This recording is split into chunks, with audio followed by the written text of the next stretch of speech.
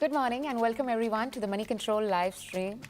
Hi, this is Nickey Mirchandani and you're watching the opening bell. Well, Indian equity markets are set for a positive start as Q1 earnings season begins today. GST Council has tweaked there have been taxation changes, and along with that, there's going to be earnings by IT giants like TCS and HCL Technologies, for that matter.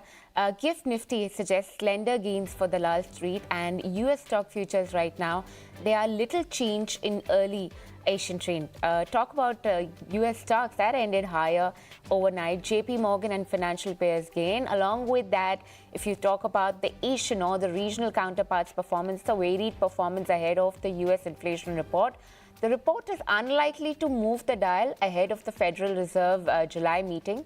Fed will impact, expectation of whether a second 25 basis points rate hike is warranted or not. That's something that needs to be watched out for. Any cues with regards to that will obviously have an impact and bearing on the markets. The highest delivery was seen in Page Industries, Infosys, Torrent Pharma, HUL and NTPC amongst others.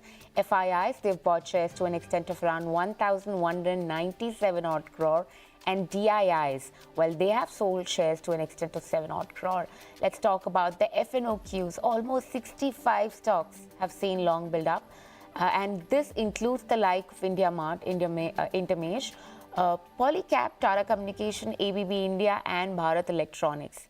Along with that, there's also going to be 17 stocks have actually seen long unwinding, and based on that, this includes the like of HDFC, Punjab National Bank, Granules India, ICICI Prudential Life, and JSW Steel. Also, if you talk about the stocks which have seen short build up, this includes the like of something like Atul, Deepak Nitrit, HCL Technologies, which is going to be reporting in numbers today, PI Industries, and Bandhan Bank.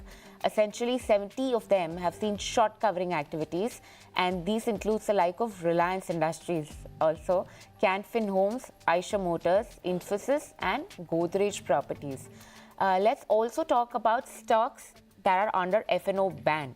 This includes Manappuram Finance, while there has been a retention on BHEL, Delta Corp, and Granules India. Now, do remember that Delta Corp is in that banned list. So, it's expected to be the stock of the day, and it's one which is expected to be majorly hindered by the online gaming company regulations, but that stands in the F&O ban right now.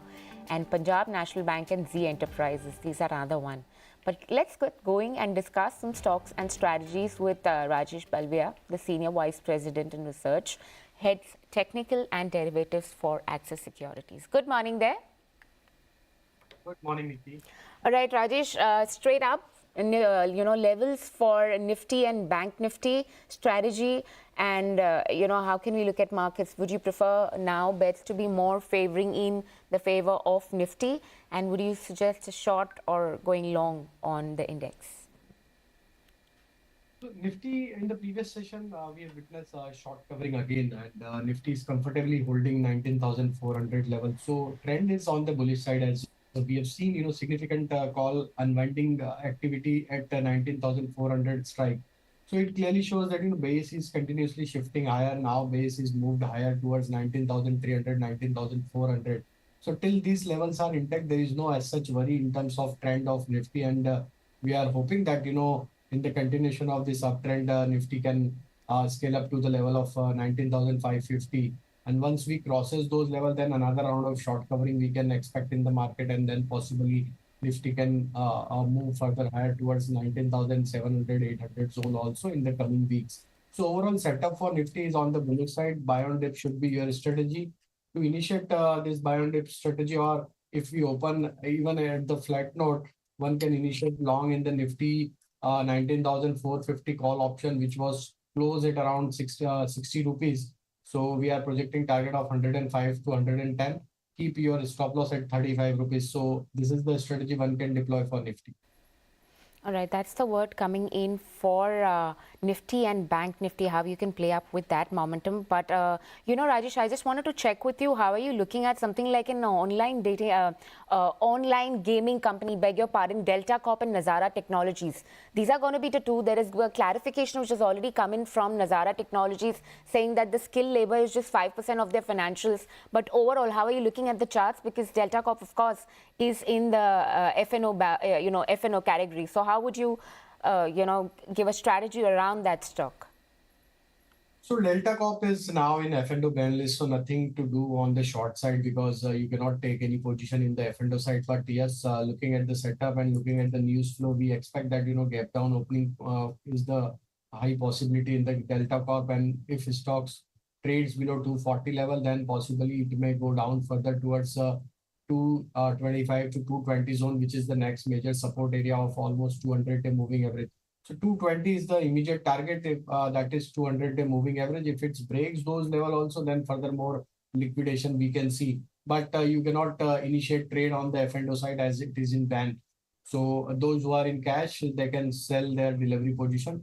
In Nazara, stock is moving in upsloping trend channel on the weekly chart. Looking at the data set, looking at the chart structure, if stocks breaks below 695 level, then Nazara can also show furthermore selling pressure, and then possibly stock can go down towards 660, 650 zone on the downside. So 695 is the key level after opening. If it breaks, then one can go short in Nazara also for lower target of 660, 650. All right. And also I'd want to understand, how are you looking at something like an HDFC Bank right now and RIL? Of course, these are the heavyweights that we're talking about. There's going to be a rejig which will take place for the Nifty index tomorrow. How would you look at something like an RIL, HDFC Bank? What strategy would you suggest our viewers right now? So very strong setup for Reliance Industry, and now stock is managed to give breakout above its December 2022 swing high. So looking at the near-term, short-term setup as well as the derivative data setup, we expect that this stock can continue furthermore upside, and possibly in this really Reliance is able to cross its all-time high trajectory also, and maybe we can see a new all-time high for Reliance in the continuation of this trend. So one should remain on the long side, keep your stop losses at around 2720 and hold your long position for 2800, 2850 target in the short term. HDFC Bank has shown some bit of corrective move in last couple of trading session, but the stock is holding above its 50-day, 100-day moving average and almost trading near to those level. A lot of adjustment is going to take place after this HDFC Limited is now going out.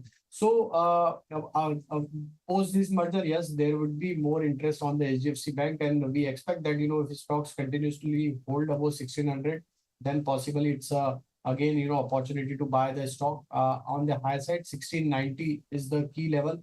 If stocks crosses those level, then this momentum can extend towards 1750, 1760 on the high side. So view is bullish on the HDFC. One should use this decline as a buying opportunity. I'm going to get back to you and check with you about the charts for TCS and HCL Technologies, which of course will be the results in focus. There'll be a bunch of other names coming in. Officially kickstarting the season will be TCS and HCL Tech. But do keep an eye out on Delta Corp and Nazara Tech and the online gaming companies. The GST imposes to an extent of around 28% on the online gaming companies, casinos and horse racing. This GST will be imposed on the full face value, which is totally based on the bets placed on the platform. That's the word coming in. And right now, it's, Nazara Technologies has just come up with a clarification. And it said that GST will apply only to the skill-based real money gaming segment. And the contribution to this segment overall in their financials is just to an extent of 5.2% of FY23 revenue. We'll take proactive steps to mitigate any potential impact. But let's address market open for you. It's an important day. We officially kickstart the earnings season for the quarter, and we are looking at positive gains just in line with what the anticipation was. Third consecutive day of gain coming in for the markets after a bit of breather, which actually has come in. It's a long run, and barely the markets have taken a pause for just a day in between before the secular uprun continues. Let's talk about Bank Nifty Index and see where the outperformance is coming in from. Well, it's almost, at par with what Nifty has been doing. 0.2% of gains coming in for that index for you. And in terms of other broader indices that we have, small cap and something like a mid cap for that matter, that also is holding up well and has been outperforming the broader counterparts overall. Talk about small cap index too. There is a sharp outperformance coming in on that one. Almost gains to an extent of 0.5% out there. No wonder you have these mutual fund companies now putting, a lump sum stop to the lump sum investment overall in the small cap category. Look at the exuberance the index has been showing and continues to stage at this point of time. Let's also talk about other sectoral indices that we have on the chart just to see where the favor of the market is. Advance and declines, that's also the one that needs to be seen just to see how the momentum is shaping up overall in trade. Advances 39 and declines 10. So market breadth right now clearly is in the favor of advances. And in terms of sectoral indices that we're looking at, just to see if the chart has been updated, we are looking at gains coming in from a bunch of names out there, but select or the prominent names within the list include something in the likes of auto. Well, that's a bit of disappointment creeping in for the auto index. We're seeing losses to an extent of, almost 0.25% out there. Perhaps the only sector right now which has been, given to some amount of selling pressure. Of course, there are GST changes which have been made within the auto basket, SUV space to be specific. And also what we have in the list is FMCG index, which is doing well with gains of around 0.3%. IT, which is barely managing to, it's a flat start, but with positive bias. Do remember the fact that TCS will be reporting in the numbers. We are expecting a subdued quarter coming in overall on the basket. Remains to be seen what kind of outlook and, the commentary essentially will paint the color picture for the entire IT basket. But much of dropping has already taken place. Media, well, we are seeing gains to an extent of 0.4% on that one. Metal index seems to be doing well with gains to an extent of 0.5% out there.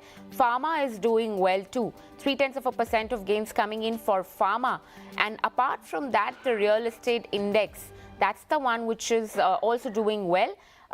Almost up with gains of around 0.3% out there, along with the consumer durable basket overall. That is some amount of outperformance coming in from the consumer durable basket too, along with Nifty oil and gas index, which is up with almost gains to an extent of 0.3% out there. So that's the check on sectoral indices.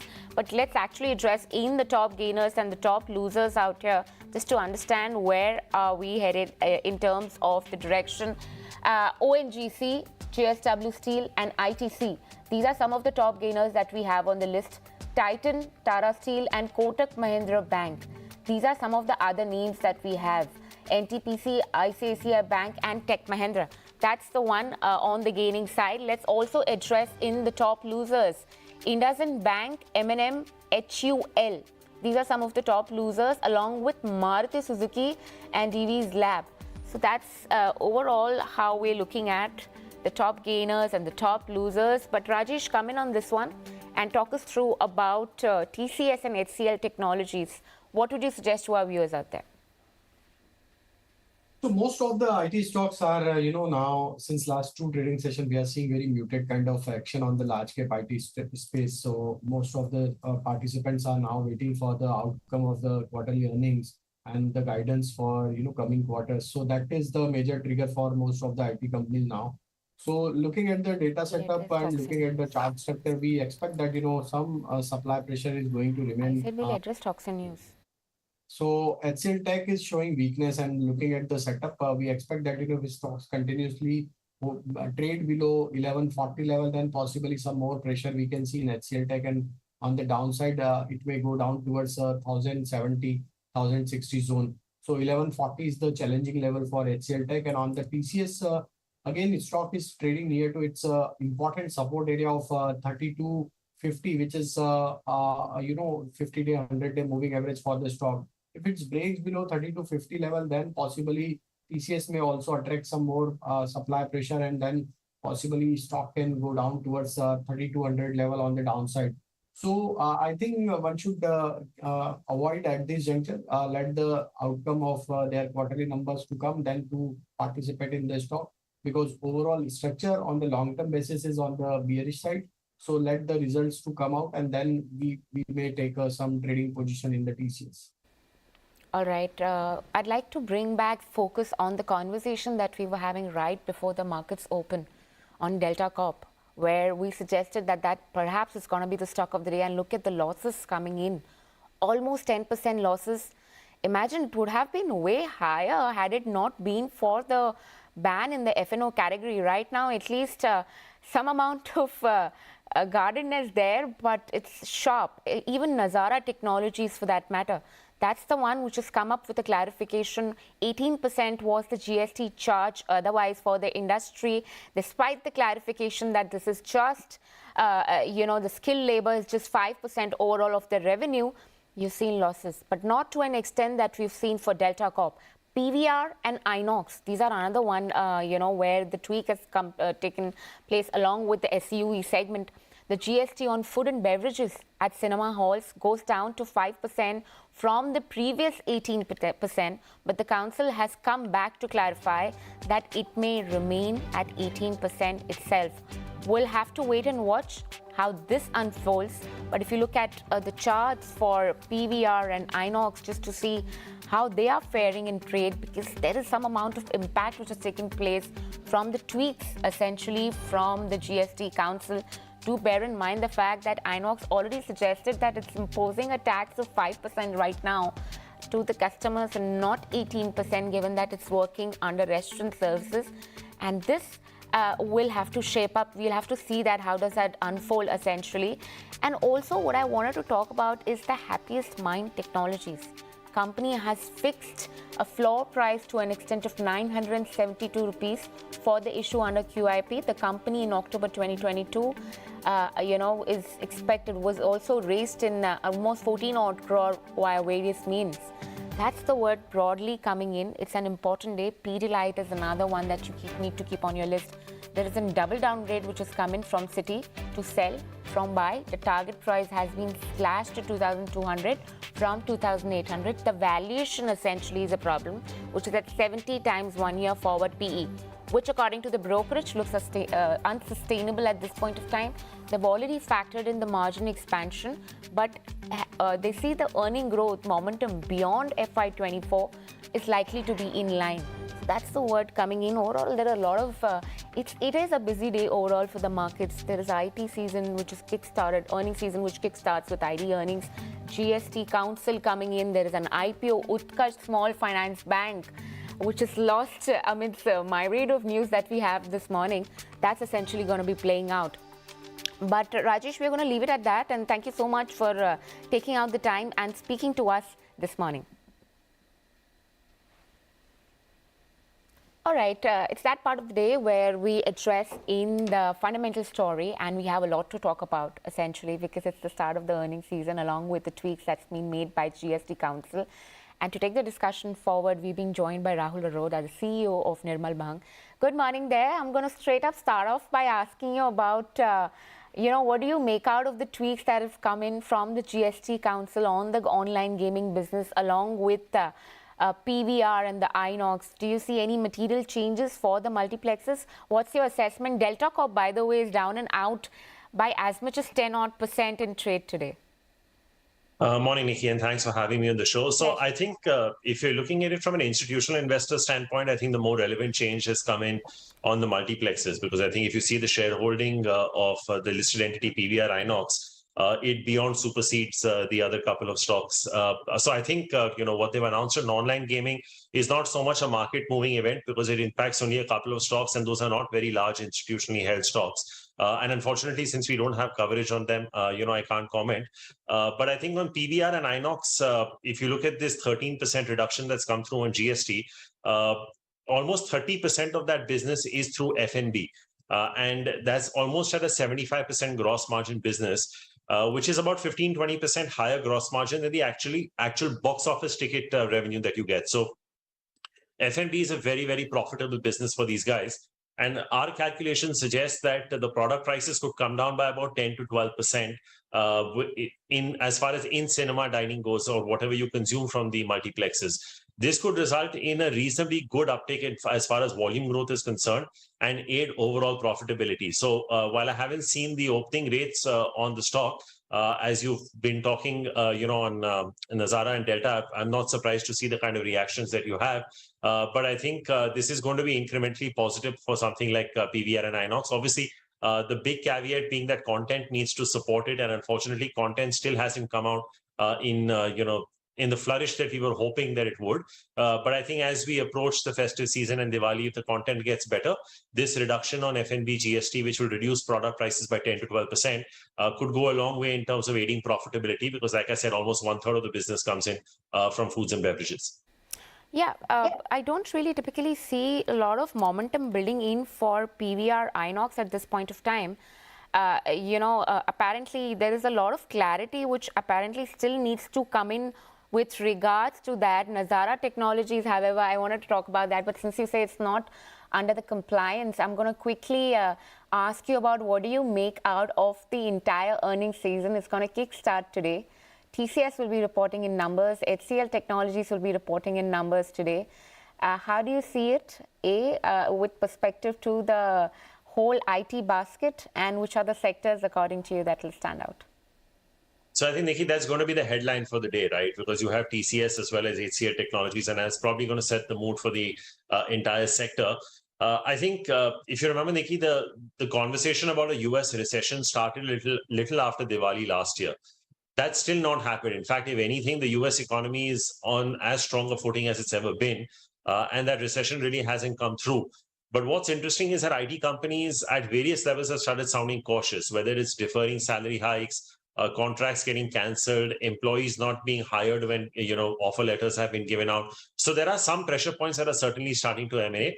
Our own sense is, Nickey, for the full year, I think the tier 1 IT companies, which is the 5 large ones, should be reporting a revenue growth of anywhere between 3 to 5%. And I think the profit growth should be anywhere between 4 to 8, 9%. So you're not going to be in a situation where you have a double-digit top-line growth or bottom-line growth in FY24. And if the Fed continues to hike rates and you do get a slowdown, towards the back end of the year or going into 2024, then your FY25 earnings are at risk as well. So, some of the larger ones like TCS and Infi, there is still room for a little bit of a valuation reset. Some of the other ones like a TechM, HCL Tech, Wipro look interesting from a valuation standpoint, but I still don't think there's too much of alpha that will be made. So I think IT will probably be a sector where I think it's probably an avoid for right now. You could be about 200, 250 basis points underweight the benchmark. And I think where earnings are likely to be strong, I think you could look at sectors like cement, pharma, auto, and I think as the year progresses on, maybe even FMCG. I think these are the 4 sectors that are probably going to drive earnings this year, with IT taking a bit of a backseat. And I think banks at best would be neutral, because I think we've probably seen the best of the banking results behind us. But for those that are able to sustain, I think valuations for those banks will also sustain. I also wanted to chat with you about your assessment. Of course, Nifty 50 will be flaunting in a brand new shiny look from July 13, and you have HDFC, which have combined together, outpacing Reliance Industry as the anchor for the benchmark index from July 13, with the amount of weightage being changed. What's your assessment? How would you trade or suggest a strategy against both these companies? Sure, different line of business, but just from a very index perspective, how are you looking at it? Nickey, my mind goes back to an investor conference I was in about 7-8 years back, and one of the largest long-only funds in India, FIs from Hong Kong, was asked this question, and the conference had taken place at Taj Lands End, I vividly remember.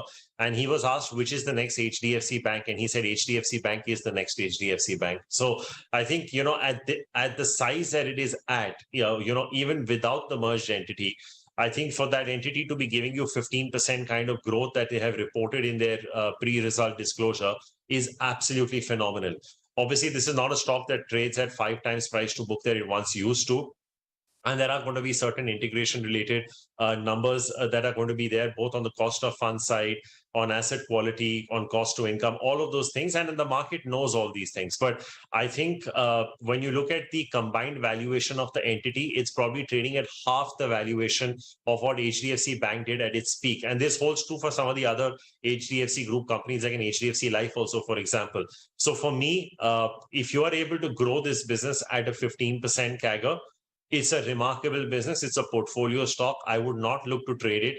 Any dips that I would get, if you're looking at a long-term horizon, this would be the top banking stock that I would buy at any point in time. As far as Reliance is concerned, it's obviously led the rally. It's been the index behemoth. Obviously, the composition of Reliance is changing quite dramatically. And I think the way the EBITDA contribution will look like maybe 5-10 years from now will be very different to what the EBITDA contribution was a decade back, given that you have Geo, retail, and a lot of other businesses that are being incubated. And I think, people are taking a leap of faith that this is going to land up being as much a consumer-centric company 5-10 years from now as it was an oil and gas company a decade back. For me, both of them are portfolio holds. I would not look to sell either of them. You can decide on when to come in and buy these stocks. That's a personal decision based on the liquidity you have in your portfolio. But for me, index weight changes have nothing to do with the way I look at these stocks. They were a buy, they are a buy. And unless something goes dramatically off the cliff, they will always remain a buy. Okay. That's the word. And also, I wanted to check with you. There is also, a bit of change which is coming on the prices of SUVs and MPVs, which are expected to go up by 2% following the GST cess increase. Too many changes this morning. We're just wrapping our heads around the multiplexes, the online gaming business, the auto sector overall. In fact, the auto basket in today's session was the only laggard that we have overall on the list. Your assessment, and you think the companies that could be potentially impacted by this development? So I'll tell you something, Nickey. What happens is when the price of a biscuit goes up from 4 rupees to 5 rupees, there is a huge impact on demand, because that's, a 20-25% increase on the price of a biscuit. But if a multiplex ticket price goes from, say, 500 to 525, not too many people are going to scoff because they can absorb that. So similarly, when you're talking about cars, a minor tweak on GST here or there is not really going to impact demand in a very material way. If you see, autos as a sector has been doing remarkably over an extended period of time. Demand trends have been very good. Sorry. And if anything, the premium end has been doing extremely well. I think the mass market has been doing, a little poorly. If you see Hero, if you see Eicher, if you see Maruti, you would have never thought a decade back that Maruti would launch a product at 25 lakhs, but it's doing really well. So I think if you're playing this as a portfolio sector, like I said, we're expecting auto earnings to be good this year. It would be an overweight sector for me. I would play it through Maruti in passenger vehicles. I would play it through Ashok Leyland in commercial vehicles, M&M through tractors. If you're playing it through premium two-wheelers, I'd probably play it through Eicher. Mass two-wheelers through Hero. And if you're playing auto anchs, I play it through something like a Jamna Auto, which is a proxy to the CV cycle, and their main clients are something like an Ashok Leyland or a Tata Motors. So I still don't think valuations are absurd. I think margin expansion is going to be fairly large, given that commodity prices have come off. And you should see in most of these companies earnings compounding by anywhere between 15 to 25%. And for that, I don't think valuations are that expensive. So I think a minor tweak at the upper end is not going to alter demand a great deal. I would still say remain overweight on the sector, and some of the stocks that I've highlighted are my top picks in each of the sub verticals in that particular sector. Point well taken. Rahul, last question that I have for you is with regards to the IPO market. Utkarsh Small Finance Bank IPO, that's the one which opens for subscription today. And there is a huge demand that we've seen for most of the IPOs around, barring, I guess, the one where, there's a withdrawal which has come in, PKH Ventures, if I remember that correctly. There's a bit of diversification in terms of the business, but overall the primary market seems to be pretty intact. What do you make out of something like an Utkarsh Small Finance Bank? So, let me just give you a broad answer without specifically commenting on this. I think, you made a point a little earlier on your show, I was listening in, where a lot of funds have actually stopped inflows into their small and mid-cap schemes. partly because I think valuations are also becoming absurd, and I think the market is sort of running out of ideas. If you look at the two listings that happened last week, they had bumper listings, right? One listed at almost a 55% premium, and the second doubled on the day of the listing. If you go back about 3 or 4 weeks, there was a company called IPO Lighting, if I remember correctly, that listed, and that stock practically doubled in a week. The point is that the IPOs that are coming out in the market today, Nickey, are very different from what came out, say, in 2021 and the early part of 2022, where a lot of these were what you call the new age companies, which were loss-making, which had negative cash flows, and which were requiring private equity money to fund those. I think the shift that you have seen from mid 2022 onwards has been profitable companies with good market share, good return ratios, and growing businesses where people are ready to pay a price if the market, if they are reasonably valued by the merchant bankers. And I think such issues will continue to get lapped up. So I think it's as much a dearth of a secondary market, option, because you're constantly buying the same stocks. And as a fund, I myself am driving the valuations up. So I still think that the IPO market is buoyant. Of course, Nickey, all of this will take a U-turn if the Nifty, say, was to go back to 17,500, and we don't know if that'll happen. But in the current market environment, I expect more of these small to mid-cap IPOs to be coming out. And like I said, if they're reasonably priced with good cash flows and good return ratios, you'll continue to see good subscriptions and subsequently very good listings. All right, if you don't want to talk about a specific IPO, which is Utkarsh Small Finance Bank, I just wanted to make a point here. Small Finance Bank, I guess it's the second one which has seen the resizing coming in with regards to the IPO appetite. First, Utkarsh came up with an IPO 1,350 odd crore, what it was primarily essentially trying to raise in 2021, and there was an element of 700 odd crore from the OFS. And this time it's, there is no OFS element. How are you looking at overall the small finance banking space? These stocks have done well and they've created a niche of their own. What do you like within the basket? So I think Equitas and Ujjivan both look interesting to us. Obviously, there's been, a reverse merger in one of these, but I think both of these, if you look at the pre-result disclosures also, have been extremely strong. Bandhan was a bit of a laggard, and I think, after their disclosures, the stock actually corrected a bit as well. But Equitas and Ujjivan look good. I think the valuations are not too demanding. I think, they're probably growing at 25-30%. The interesting part is a lot of banks are looking at this segment incrementally as well, much as they did with gold loans. If you remember, there was a time Muthoot and Manappuram were walking away with the cream of the market. But then you had a lot of banks that sort of increase their focus towards the gold loans. And I think that's probably happening. So maybe the little bit of competitive intensity can increase. But I think for the growth rates that Ujjivan and Equitas are giving you, I don't think the valuations are too demanding. So if you have to play anything in this SFB space, a small finance bank, these would probably be my two top recommendations there. All right, that's the word coming in. And Rahul, thank you so much for taking out the time and speaking to us this morning. It was indeed a pleasure, as always, chatting with you. Thank you for having me. Right, pleasure is all ours. We're going to be talking much, enough and more about the IPO, which is kickstarting for subscription today. It's almost planning to raise, Utkarsh Small Finance Bank is planning to raise around 500 crore from the primary markets. It's the second attempt from the company. And we're being joined by Khushbu Gupta from MC Pro team, who's a senior research analyst, who will be taking us through the financial key highlights and the negatives of this IPO. Khushbu, good morning there. Yeah, good morning, Pandya. Thank you for having me. Well, pleasure is all mine. I'm going to start off by asking you about the key concerns that you think about Utkarsh Small Finance Bank, apart from the exposure that we think is in, the two regions. What do you make out of it, and how are you looking at it? Yes, sir. The key concern basically is the inherent risky part of the microfinance lending, and that accounts for around 66% of the overall loan book. So that that is a risky loan book.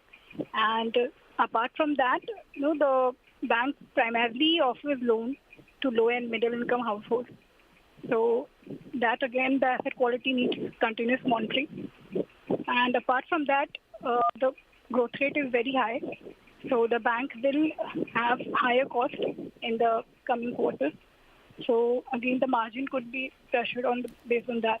But the bank has been, the asset quality has been normalizing, and after facing some pandemic-related stress in the past, and the credit cost also has been low as compared to previous years, and the profitability also has been healthy, and the bank has been maintaining a very high interest margins in the range of 8 to 9%.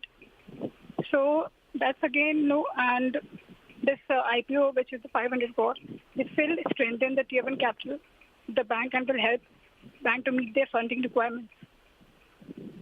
Sure. Khushbu, I'm sure you'd agree that there is this sharp gross loan portfolio growth which has been the fastest for the small finance bank, Utkarsh Small Finance Bank, for between FY19 to 23.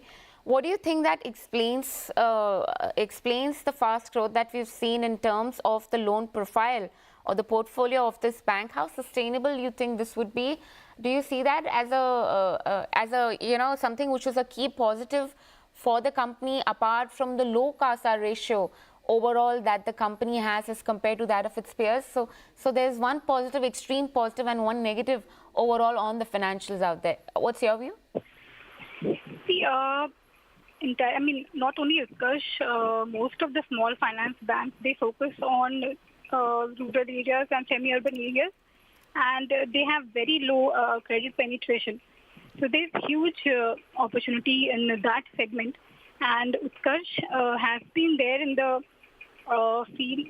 They were earlier the promoter holding company was microfinance in BFC MFI, and then the company transformed into a bank in 2017 January. So they have been experienced in microfinance lending, and right now they have been very present in states prominently in UP and Bihar. So around 56% of their loan book is in that area. So they have good amount of, they have been capitalizing on the under-penetration in these areas. And they have good amount of presence there.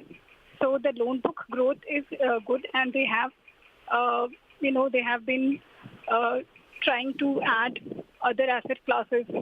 So there is huge cross-selling opportunities across the entire customer life cycle. For example, they have introduced loan against property, affordable housing, vehicle finance, and again, they've also introduced gold loans in FY23. Sure. Khushbu, one last question that I have quickly, and just 30 seconds on that before we wrap up. Valuations, how are the valuations looking? Do you think it's an expensive bet? And what does MC Pro essentially suggest? Is it a buy on the IPO or better off avoiding it? See, we believe the valuation is attractive, and it is at a discount to most of the small finance banks like Equitas, EUSSB or Ujjivan. Right. So the valuation currently is at 0.8 times FY25 price to book value, and we think there could be a good amount of listing gains at this valuation. Any idea what grey market premium suggests for this one? I think there could be upside potential, good amount of upside potential at this current valuation. Sure, Khushbu. We are going to leave it at that, and thank you so much for taking out the time and speaking to us. It was indeed a pleasure. Well, Utkarsh Small Finance Bank, a lot of positive brewing in. There's a sentiment which continues towards the microfinance and small finance bank. That's positive. There's an improvement in asset quality. There has been reduction of microfinance gold loans. The deposit growth has surpassed its loan book growth. That's again a positive out there, with a bunch of negatives that Khushbu was of course talking about in terms of the concentration in specific region and the low CASA ratio. But that's the issue which opens for subscription today and closes on July 14. But with this, it's a wrap, and goodbye from the entire team who puts this piece together. Thank you so much for watching, and please do post your feedback for us in the comment section below. Follow us on the link at the bottom of your screen. And for rest of the updates, stay tuned into moneycontrol.com and Moneycontrol app.